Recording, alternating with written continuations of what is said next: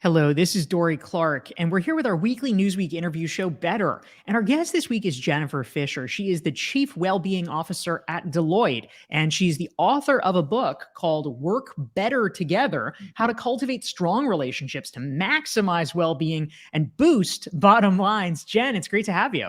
Thanks for having me. It's great to be here. Wonderful. Well, okay, the first sort of basic question here, lots of people are familiar with all kinds of different C-suite positions, chief this, chief that. People probably have not heard of a chief well-being officer. What does this mean, and how did this arise? Because I understand that there was not such a thing until you actually stepped into it. So we'd love to hear the story about that. Yeah, it's a question that I get often. So you are correct that it's not a common C-suite role, although I will say that it is becoming more common, which is amazing because we need lots of chief well-being officers in this world. And so how did I come about this? Well, I've been at Deloitte for 20 years, which makes me feel really old when I say that. But I wasn't always in a role focused on well-being. I've had various roles throughout the organization. But how I came about this, honestly, was a little bit of a reckoning of a personal need that intersected with a business need at the time. But if I rewind about 9 years ago, I was in a place of complete burnout. But at the time, I didn't really know what burnout was. A lot of people didn't know what burnout was. We certainly were not talking about it in the workplace the way that we are today, which is positive and negative. We're talking about it a lot more today because we're much more aware. We're also talking about it a lot more today because I think a lot more people are experiencing burnout. So that's the negative. But for me, I didn't know what I was going through. I knew that there was something wrong, but I didn't want to admit it to myself or others. I certainly didn't want to ask for help because I thought that if I asked for help, that meant that I didn't belong here or I was weak or I couldn't cut it. Because when I looked around in a high performing organization, everyone's really good at showing up and pretending that everything's just fine. So I continued to pretend everything was just fine until my brain and body, which are really smart, said, okay, if you're not actually going to do something about this, we're going to make you do something about this. And so the day came that I woke up, I was alive, my eyes opened, but I really could not. I could get out of bed and make myself breakfast, but I couldn't engage in life or work in any meaningful way. My work had definitely suffered, my work product, more importantly, the relationships at work, but in my personal life were suffering. I was struggling really in all aspects of my life. I had no motivation. And so, like I said, I could get out of bed, but there was just nothing else there. I kind of like meandered around the house, wondering what to do with myself, but having no motivation to do anything, not even asking for help. But I did ask for help. I sought out therapy and assistance from friends and family. And I had to take a leave of absence from work. I had to take time off to really focus on getting myself healthy and well.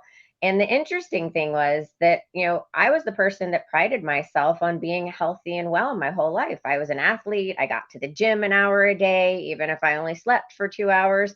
And to me, that was my definition of being healthy and well. And so this kind of opened up a whole new world for me of like, oh, wait, you mean there's a connection between my body and brain? Why didn't somebody tell me that? And so I had to really focus on getting well physically and mentally, and more importantly, redefining the role that work played in my life. Like, what was that going to look like? And what were my boundaries going to look like? And what was I okay with and not okay with? And that was really, really hard. But going through that process for myself really got me passionate about saying, wow, we should be talking about this more in the workplace. We should be doing more about this in the workplace. And so when I went back to work, I actually went to my mentor and leader at the time. And I said, this was a really eye opening and kind of powerful thing that I just went through. And I think it has led me down a different career path, and one that I didn't think existed at Deloitte, which was a huge learning lesson for me. And so I thought, I was going to have to resign from the organization. And so I said to her, I think I need to leave to kind of pursue this path of helping people, understand that they don't have to get where I got, that, as Ariana Huffington says, burnout's not the price we pay for success. She was the one that had the vision and actually said, no, you're not going anywhere. If you need this, there's a whole lot of other people that probably need this too. And so that sent me down the path of putting together a business case for what well-being could and should look like at Deloitte. And that's been going strong for about the last 8.5 years. And I have to tell you, if we did the whole timeline of the last 8.5 years, boy, how it has grown and evolved and changed. I can believe it. Oh my goodness. Well, that's really exciting, Jen. Again, we're here with Jennifer Fisher. She's the Chief Wellbeing Officer at Deloitte. This is Dory Clark, our weekly Newsweek interview show, Better. Now, Jen, one of the things that we focus on in Better is the concept of diversity and inclusion. Mhm. And I can imagine that the concept of wellness has a lot of overlap in that kind of Venn diagram sense with regard to diversity. I would love to hear more about how you think of it. How do you feel like advancing wellness is sort of ties in with diversity issues? I mean, I think that it is so strongly interconnected. If I think about my own experiences in my life, as well as so many people that I know, if you do not feel like you can show up in the workplace or anywhere, quite frankly, being your true authentic self, being who you are, I can't think of anything more detrimental to your health and well-being, right? So the concept and idea of covering, right? Not being able to be who we are, the impacts, we know, the research shows that there's significant impacts on your health and well-being. And so I think for that reason alone, and there are so many others, that's the strong connection to to DEI, right? And then I think the other connections, right, are just the experiences that we have in our lives as different people, as different groups of people, people that experience racial trauma, things like that, right? And having the understanding as colleagues, as humans, what if you don't have those experiences, what are those experiences like, and how, more importantly, how can you support someone? What is the best way to support someone in a compassionate and caring way, knowing that you yourself didn't have that experience, but you can still show up and be there for them and support them and their health and well-being. I think that that's also a really critical component. I mean, there's so many of them. Dory, you and I have talked before, like, I actually think that most organizations will struggle with meeting their DEI goals that they set out if they aren't strongly linked to their well-being goals. You need a well and healthy workforce to meet these types of goals, to be able to show up and be at your best so that you can accept new ideas and new people and different ways of thinking. And so I don't think that, I mean, I think they're so interconnected that, like, they're that you can't disconnect them, right? Because it's just part of the human condition. It's part of being who we are as human beings and how we show up in life and how we show up in the workplace. And that's strongly linked to how we feel about ourselves, which we know with our psychology and physiology, what we think inside, between our own two ears has a significant impact on both our physical and our mental health. That's a great point. We're here with Jennifer Fisher. She's the author of the book Work Better Together. She's the Chief Wellbeing Officer at Deloitte. And this is Dory Clark, our weekly Newsweek interview show. And Jen, one of the things that I think is interesting, you have a number of innovative programs that you run at Deloitte. And I wanted to ask you about a couple of them. One thing that I think is especially interesting, you have these special times designated that you call collective disconnect times. It's separate from holidays. It's separate from paid time off. What is a collective disconnect and how does it actually work? Yeah, I love this question. A collective disconnect is, days or periods of time where the firm is essentially closed for business. And we are all taking the time off to focus on our well-being, focus on our family, focus on our friends, focus on our life or what we're passionate about. And the reason that we call it collective is because it is a kind of atypical or non-typical day. It's not a holiday, but that the whole firm is off. And what is beautiful about it, which makes it different from your PTO or your time off that you are given or allotted in any given year, is that there are literally no emails. There's no fear of missing out. There's no fear of coming back to that overflowing email inbox of all of the things that you need to catch up on.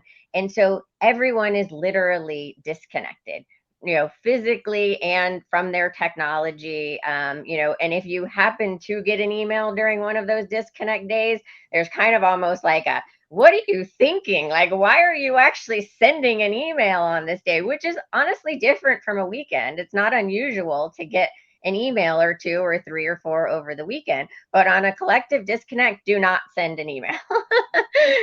And so those happen a couple times throughout the year. We have a long one at the end of the year, which is typically kind of spans over a week between the holidays, and then we have different ones throughout the year.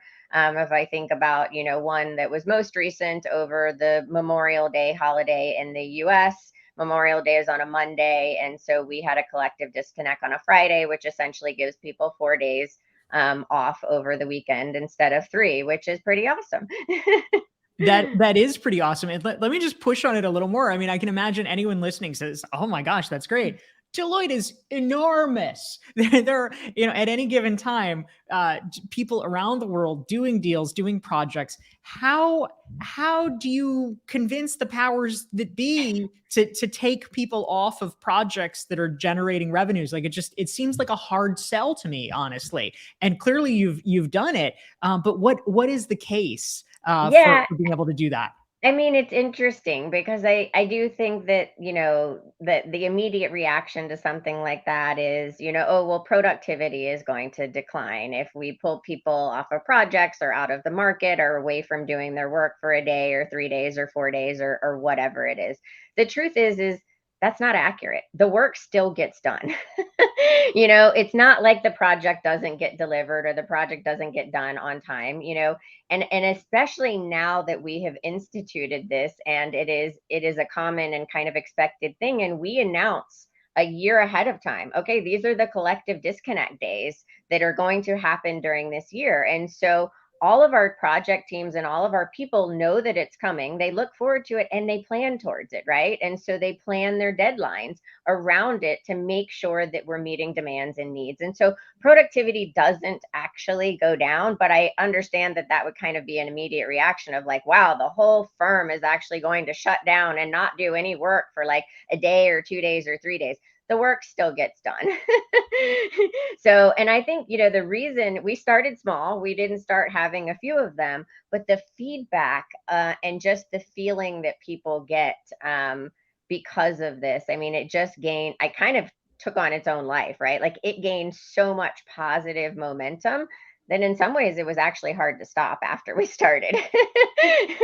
That's really cool. I love that. Let me ask you about another thing that you do at Deloitte that is interesting and unusual. You have a cadre of people called the Wellbeing Wizards. Yeah. Can you explain what this is? What is a wizard? How do you choose wizards, and what do they do? Yeah, our well-being wizards are amazing. And so, a few years into our well-being journey, what we realized and recognized is that well-being is a topic that so many people are passionate about. And we're looking for ways and opportunities to bring that passion to work with them and the work that they do. And so, knowing that my, fairly small team and I, who are responsible for the well being of 180,000 employees in the US, can't really do it all, we were looking for a way to leverage and harness the passion of our people and the passion of the people that are, quote unquote, in the field or in the office, that are doing the work, that are engaging with our colleagues, because we can't be everywhere and doing everything. And so, in some ways it's a little bit like an ERG, right? Like people that are passionate about well-being have come together. We've created a structure for them. We give them special training. They are made aware of all of our tools and resources. And they go out into the world of Deloitte and they share the good message of well-being, whether that's through training or lunch and learns or through their own personal experiences. But we provide them guidance and special access. And it's just such a cool, passionate community that as it's grown and evolved, I mean, they even do cool things for themselves where they host a virtual summit for themselves, once a year, where it's for them by them, right? And so they, share their own experiences and carve out time, to do that. And I think what's incredible about that is that this is creating a place and a space for people to bring to work with, bring to work what they are passionate about. And so when you talk about purpose and meaning at work, these are the types of things that create purpose and meaning for people, because I'm passionate about something, Deloitte cares about it, and I get to share it with my colleagues who hopefully are also my friends. Right? So that, just really enhances the talent experience. And it for us, it's, as leaders, as an organization, we're saying, hey, we see you and we see that you're passionate about this and we care and we want to create this space for you. In terms of where Wizard came from, that's probably a long story that we don't have time for on this show. But it came about kind of as a brainstorming, more as like a Harry Potter, we were joking around type of thing. And then it just stuck and everybody loved it. And we even have like little badges for our wizards after they host a certain number of events or do a certain number of things. They can kind of level up and they get to put a wizard on their email signature and things like that. So we've created something fun and probably unusual or not as expected for a accounting and consulting firm. That's terrific. We're here with Jennifer Fisher. She is the Chief Wellbeing Officer at Deloitte. This is Dory Clark, our weekly Newsweek interview show, Better. If you want to never miss an episode, go to doryclark.com. You can sign up, get a self-assessment, and you'll get reminders about our sessions. Now, Jen, one of the things that we do every week with Better is that we have our guests nominate someone, a Better Leader of the Week, that they have identified as really exemplifying some great principles about advancing diversity and inclusion at work. And the person that you have identified is Kristen Botkin Doty. Can you tell us a little bit about Kristen and why you nominated her? Yeah, Kristen, gosh, Kristen is amazing.